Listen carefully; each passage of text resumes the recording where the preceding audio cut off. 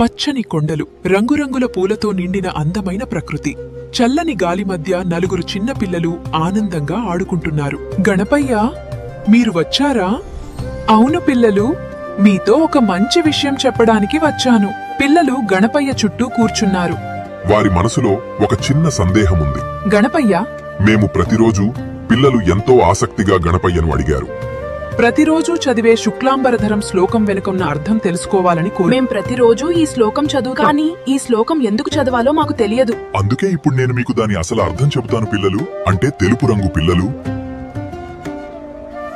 అది పవిత్రతకు మరియు మంచితనానికి గుర్తు. అంబరధరం అంటే తెల్లని వస్త్రాలు ధరించినవాడు పిల్లలు.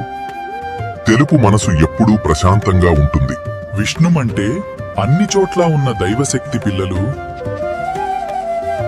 దేవుడు ఎప్పుడూ మనతోనే ఉంటాడు.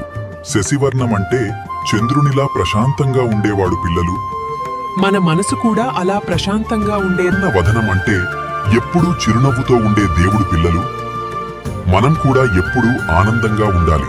ఈ శ్లోకం ప్రతిరోజు చదివితే మనసుకు ప్రశాంతత వస్తుంది పిల్లలు. భయం తగ్గుతుంది, చదువులో కాన్సంట్రేషన్ పెరుగుతుంది.